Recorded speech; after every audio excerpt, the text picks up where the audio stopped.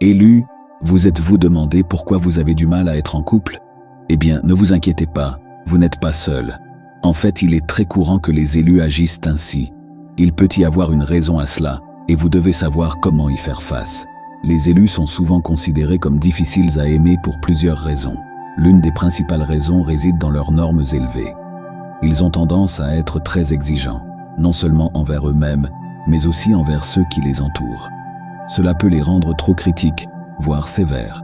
Leur quête de l'excellence signifie qu'ils recherchent constamment la perfection, ce qui peut être épuisant pour d'autres qui peuvent avoir l'impression de ne pas pouvoir répondre à ces attentes.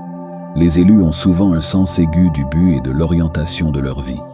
Ils savent ce qu'ils veulent et ne se laissent pas facilement détourner de leur chemin. Cette détermination peut être intimidante pour les autres, qui pourraient se sentir inadéquats ou incapables de suivre le rythme. La concentration intense des élus sur leurs objectifs peut également les faire paraître détachés ou indifférents aux besoins de ceux qui les entourent. Ce que vous ne savez peut-être pas, c'est qu'il y a un aspect très important que vous oubliez probablement. Et c'est peut-être la raison pour laquelle cela se produit. Continuez à regarder jusqu'à la fin pour découvrir ce que vous devez faire, mais n'approfondissons pas cela maintenant. Au lieu de cela, je passerai en revue chaque raison principale pour laquelle les élus ont souvent des difficultés dans leurs relations. Les élus se retrouvent souvent face à des individus qui cherchent à les épuiser émotionnellement, financièrement et spirituellement.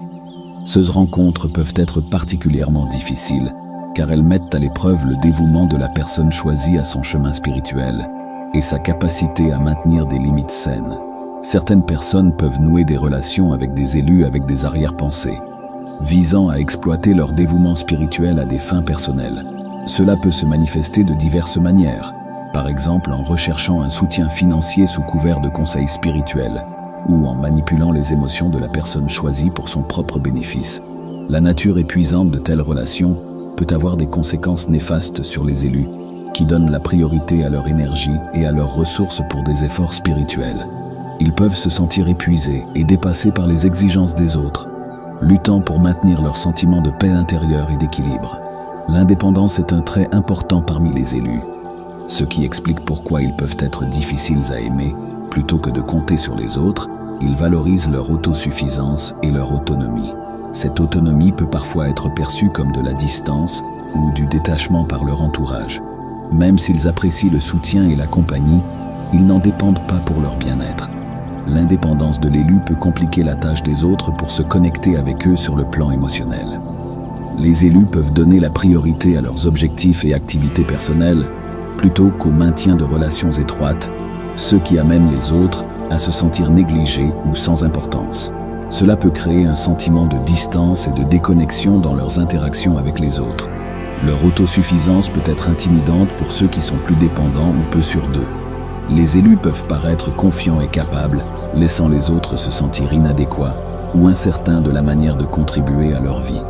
Ce déséquilibre dans la dynamique peut entraver le développement de la confiance mutuelle et de l'intimité.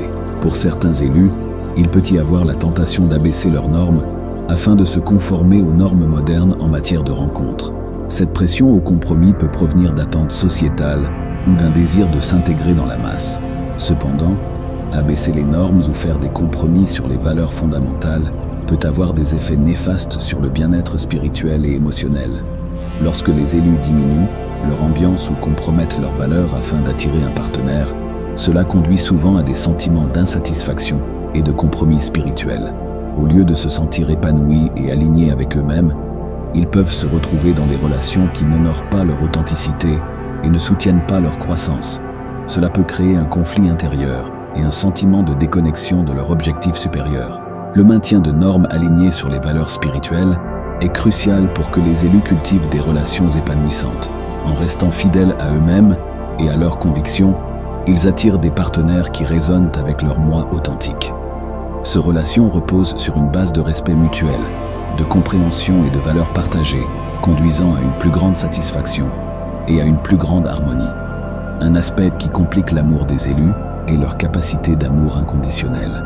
Ils possèdent une capacité rare à aimer profondément et sans condition, ce qui peut être à la fois une force et une faiblesse dans leurs relations. D'une part, Leur capacité à aimer inconditionnellement leur permet d'offrir un soutien profond et inébranlable à leurs proches. Ils acceptent les autres tels qu'ils sont, défauts et tout, et leur fournir un espace sûr pour s'exprimer sans crainte de jugement ou de rejet. Cet amour inconditionnel favorise la confiance et l'intimité dans leurs relations, créant ainsi une base solide pour des liens durables. Ce même trait peut également être difficile à rendre l'appareil aux autres. Tout le monde n'est pas capable de donner ou de recevoir un amour inconditionnel, et ceux qui luttent contre leurs propres insécurités ou limites peuvent avoir du mal à embrasser pleinement l'amour de l'élu. Ils peuvent remettre en question l'authenticité d'une telle affection inconditionnelle, ou se sentir indignes de la recevoir. Le caractère unique des élus les rend difficiles à aimer à certains égards. Ils possèdent des qualités et des caractéristiques qui les distinguent du reste, ce qui en fait des individus rares et exceptionnels. En raison de leur particularité, rencontrer un élu n'est pas un événement quotidien. Il se démarque dans la foule, attirant l'attention et l'admiration des autres. Cependant, cette singularité peut également créer un sentiment de distance ou d'intimidation chez ceux qui se perçoivent comme étant ordinaires en comparaison. Les élus peuvent donner l'impression aux autres qu'ils ne sont pas dans leur ligue. Les qualités exceptionnelles de l'élu peuvent donner à l'autre un sentiment d'inadéquation ou d'insécurité quant à sa propre valeur. Ils peuvent croire qu'il leur manque les qualités ou les attributs nécessaires pour capter l'attention et l'affection d'une personne aussi remarquable qu'un élu. Un obstacle courant à l'amour des élus est le manque de compréhension. Les élus possèdent souvent une perspective unique sur la vie, façonnée par leur profonde compréhension des questions spirituelles et philosophiques. Cette vision du monde unique peut être difficile à comprendre ou à laquelle s'identifier pour les autres, créant un obstacle à l'établissement de liens profonds. Les élus peuvent voir le monde à travers une lentille. C'est différent de la norme. Ils ont souvent un aperçu du sens profond de la vie, ainsi qu'une conscience accrue du domaine spirituel.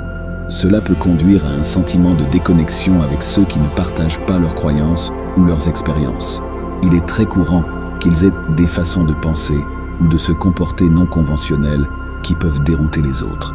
Ils peuvent donner la priorité à la croissance intérieure et à la découverte de soi, sur la réussite matérielle ou les attentes sociétales, ce qui peut sembler étrange ou peu pratique à ceux qui se concentrent davantage sur des objectifs conventionnels.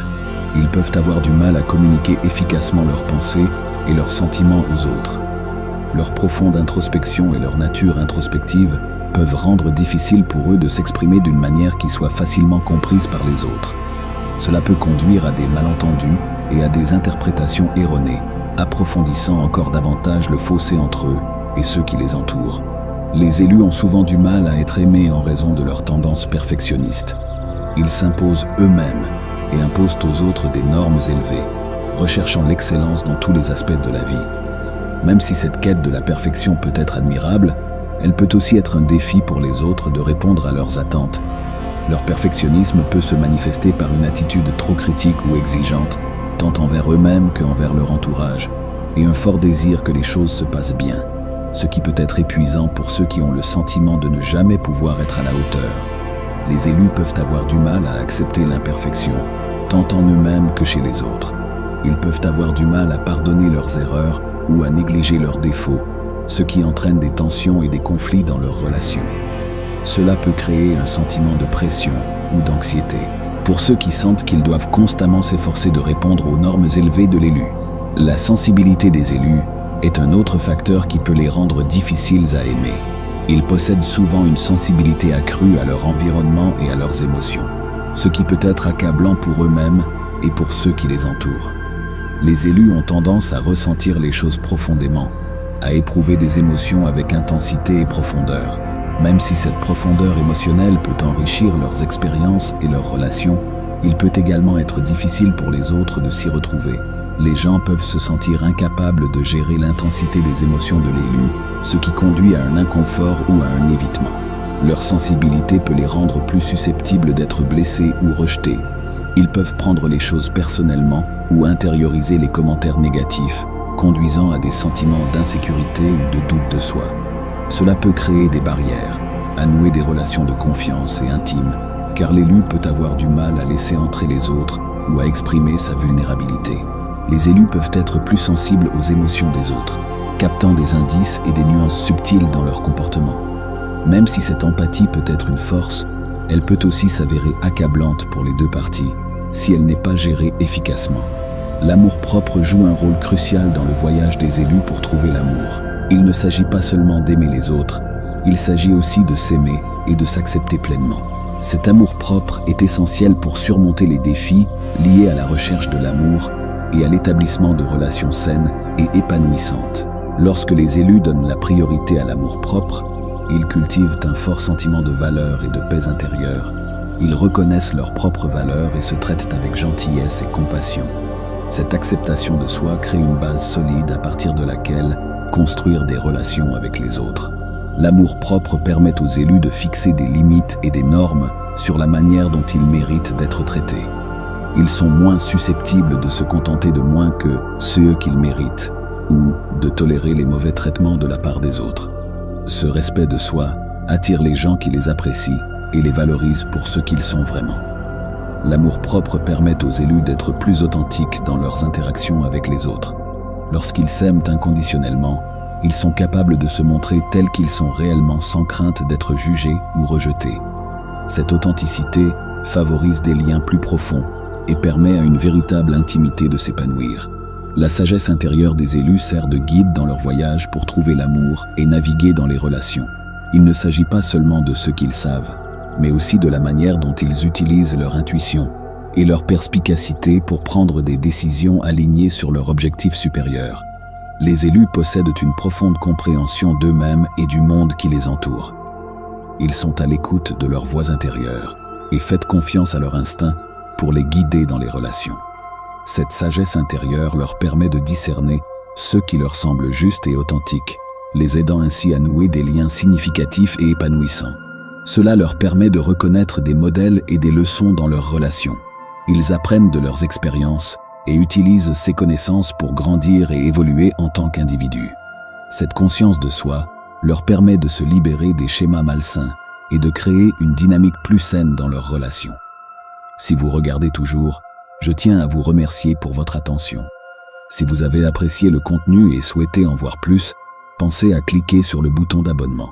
Votre soutien est très apprécié. N'hésitez pas à partager vos expériences ou vos réflexions dans les commentaires ci-dessous. Jusqu'à notre prochaine rencontre, prends soin de toi et abonnez-vous pour un contenu plus perspicace.